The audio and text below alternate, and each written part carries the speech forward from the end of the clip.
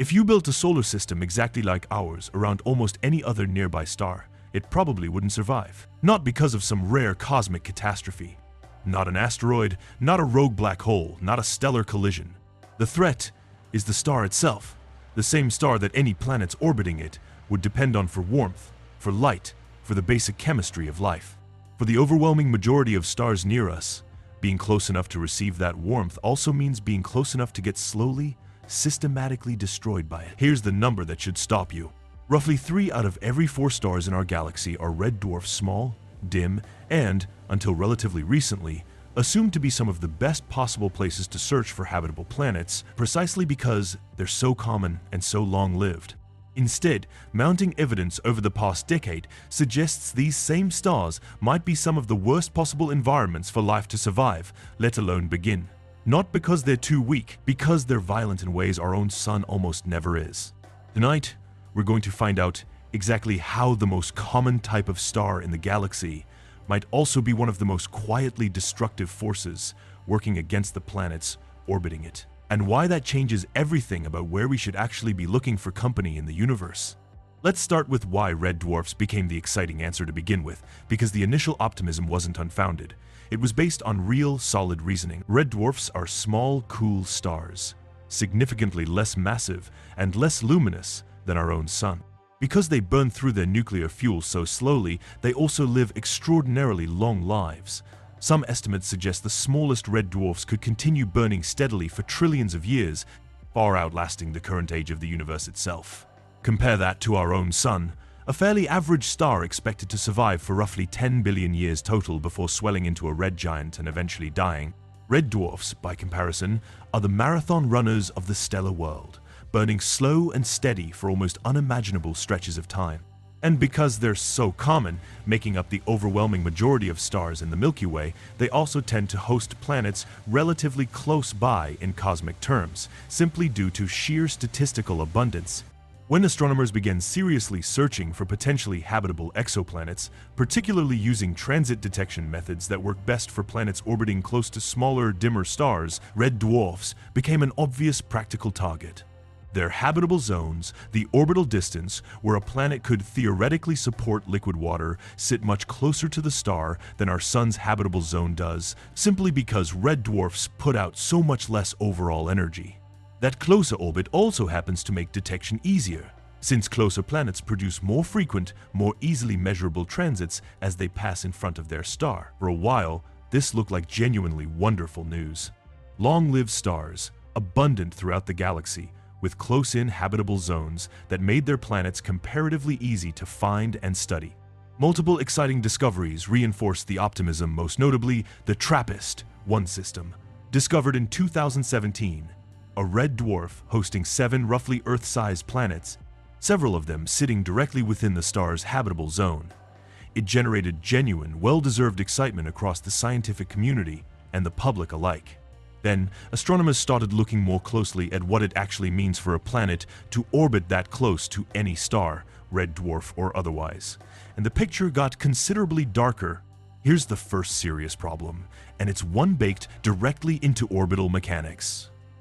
Because a red dwarf's habitable zone sits so close to the star itself, often just a few million kilometers, compared to the roughly 150 million kilometers separating Earth from our own sun, any planet orbiting within it experiences a gravitational effect called tidal locking. Tidal locking happens when a planet orbits close enough to its star that the star's gravity gradually slows the planet's rotation until it matches its orbital period exactly.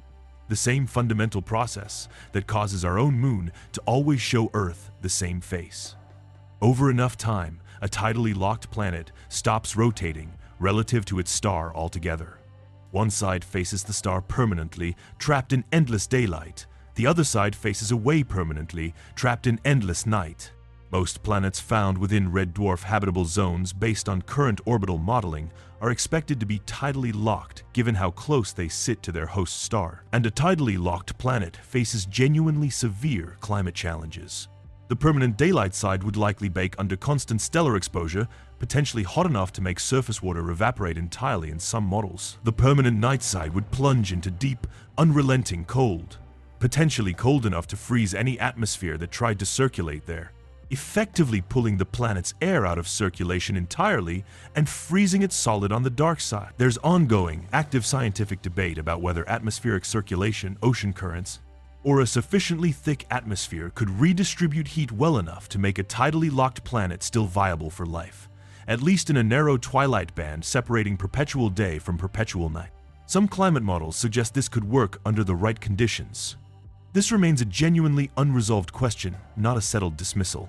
But tidal locking, as challenging as it is, turns out to be far from the biggest problem red dwarf planets actually face. The real danger, the one that's fundamentally reshaped how astronomers think about habitability around these stars, is something called stellar flare activity.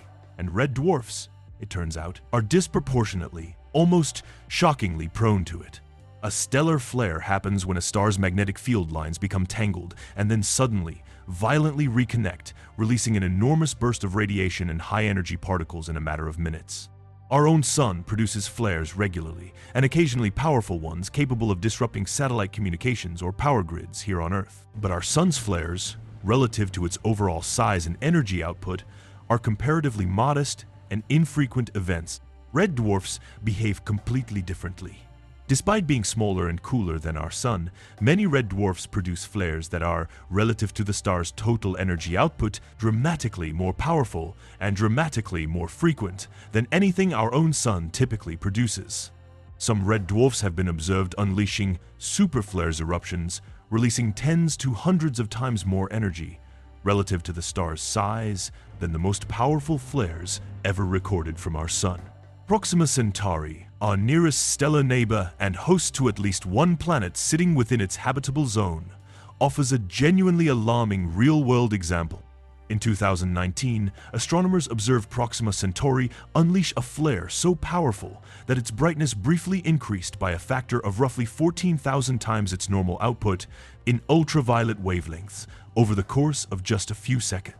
A flare of that magnitude, striking a nearby planet directly, could plausibly strip away significant portions of that planet's atmosphere over repeated exposures, and would bathe the surface in ultraviolet and X-ray radiation intense enough to sterilize surface life across a substantial portion of the planet, even accounting for some atmospheric shielding. And this isn't a rare, one-time event for many red dwarfs. Observational surveys tracking red dwarf flare activity over extended periods have found that some of these stars produce major flares on a startlingly regular basis in certain particularly active cases, multiple significant flares within a single day. Now, combine that flare frequency with the earlier problem of proximity. Because habitable zone planets around red dwarfs orbit so close to their host star to begin with, they receive a dramatically more concentrated dose of each flare's radiation and high-energy particles than a planet orbiting at a more comfortable distance would.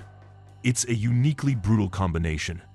The same close orbit that theoretically allows liquid water to exist also happens to place any potential planet directly in the blast radius of some of the most disproportionately violent stellar outbursts in the galaxy, occurring with genuinely alarming frequency. Let's talk about what this radiation actually does to a planet over time, because the damage isn't necessarily a single, dramatic, planet-ending event. It's closer to a slow, cumulative erosion. High-energy particles and radiation from repeated stellar flares can gradually strip away a planet's atmosphere through a process related to atmospheric escape, where energized particles in the upper atmosphere gain enough velocity to break free of the planet's gravity entirely, slowly bleeding the atmosphere into space over millions of years. Earth has its own protection against a milder version of this same process, in the form of a strong global magnetic field, generated by our planet's molten metallic core, which deflects a significant portion of incoming solar particles before they can strip away our atmosphere. Whether planets orbiting red dwarfs typically maintain magnetic fields strong enough to provide similar protection remains a genuinely open scientific question, and it likely varies significantly from planet to planet, depending on their internal composition and rotation. But even with a reasonably strong magnetic field, the sheer frequency and intensity of red dwarf flare activity raises serious concerns about whether any habitable zone planet orbiting one of these stars could hold onto a substantial, life-sustaining atmosphere over the kind of vast timescales hundreds of millions to billions of years that appear to have been necessary for complex life to develop here on Earth. This concern isn't purely theoretical anymore either.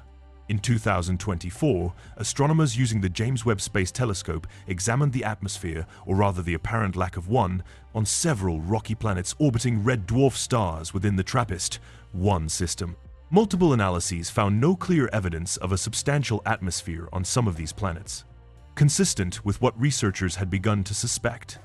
That repeated, intense radiation exposure from the red dwarf host star may have already stripped much of their original atmosphere away if they ever had one robust enough to detect in the first place.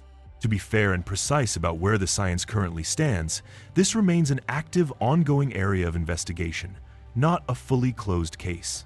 Some planets in the TRAPPIST-1 system have shown results genuinely difficult to fully interpret, and researchers continue gathering additional data, hoping to determine definitively whether any of these worlds have managed to retain a meaningful atmosphere despite their star's activity. But the early results have been sobering enough to meaningfully cool some of the earlier excitement surrounding red dwarf systems as prime candidates in the search for habitable worlds. Let's widen this out, because there's a broader, genuinely uncomfortable implication buried in all of this that goes beyond any single star system. If roughly 3 out of every 4 stars in our galaxy are red dwarfs, and if a meaningful fraction of those stars turn out to be too volatile, too flare-prone, and too capable of gradually stripping away their planet's atmospheres to reliably support long-term habitability, then the number of genuinely promising candidates in our search for life beyond Earth shrinks dramatically. Not because there are fewer planets out there. Current estimates suggest rocky planets are common throughout the galaxy, potentially numbering in the tens of billions, but because a large fraction of those planets may be orbiting exactly the kind of star statistically most likely to be quietly, persistently working against their long-term habitability. This connects directly to a much older, more famous open question we've touched on before: the Fermi paradox, the puzzling absence of any confirmed evidence of intelligent life elsewhere in a universe that should statistically be teeming with it. Some researchers have proposed that red dwarf flare activity could represent a genuine piece of that larger puzzle, not necessarily a complete answer on its own, but a meaningful contributing factor. If the most common type of star in the galaxy turns out to be broadly hostile to long-term habitability, that alone would substantially reduce the total number of locations where complex, multicellular life would have a realistic chance to develop and persist across the kind of extended timescales evolution generally requires. It's important to stress that this remains one hypothesis among several competing explanations for the Fermi paradox, not a confirmed, singular answer. But it's a genuinely serious, actively researched contribution to that conversation, grounded in real, measured, stellar behavior rather than pure speculation. Now, before this starts to sound entirely hopeless, it's worth pausing on an important nuance, because the picture isn't uniformly bleak across every red dwarf system. Not every red dwarf behaves identically. Flare activity varies considerably depending on a star's age, its rotation rate, and its specific magnetic behavior. Younger red dwarfs tend to be significantly more magnetically active and flare-prone than older ones, because stellar magnetic activity generally decreases as a star ages, and its rotation gradually slows down over billions of years. Some older, calmer red dwarfs may pose a meaningfully lower ongoing radiation threat to any planets orbiting within their habitable zones, even if those same planets endured a considerably more violent, flare-intensive period earlier in the star's history, when the system was young. There's also a genuinely fascinating counterargument worth considering. Intense radiation exposure, particularly earlier in a planet's history, isn't necessarily purely destructive in every context.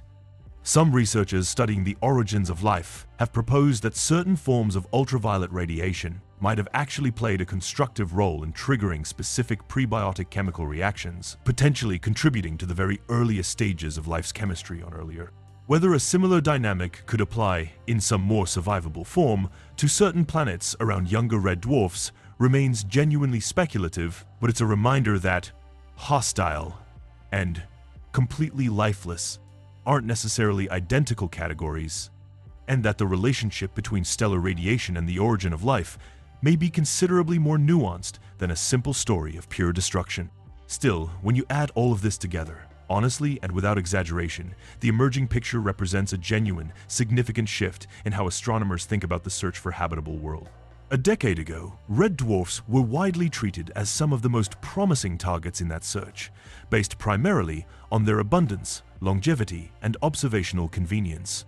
Today, a meaningful and growing portion of the scientific community treats them with considerably more caution, recognizing that the very same characteristics that once made them look so promising, their small size, their close and habitable zones, are inseparably tied to the same orbital proximity that exposes their planets to disproportionately violent, frequent stellar activity. So here's the truth we're left with tonight.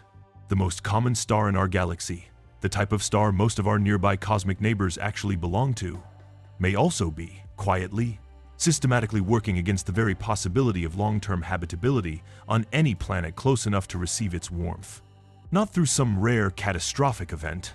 Through its fundamental, everyday nature, a small, cool star's basic magnetic behavior, repeated over millions of years, gradually eroding away exactly the kind of atmosphere a planet would need to protect and sustain life across the deep timescales evolution actually requires. It's a genuinely humbling recalibration, buried inside a search that's still very much ongoing. We spent years excited about red dwarfs specifically because they seem to offer an abundant, accessible shortcut in the search for other habitable worlds.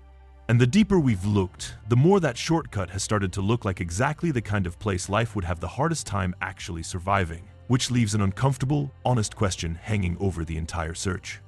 If 3 out of every 4 stars near us are actively working against the planets orbiting them, then maybe the reason we haven't found company out there yet isn't that life is rare. Maybe it's that most of the neighborhoods we've been searching were never really built to hold on to it in the first place.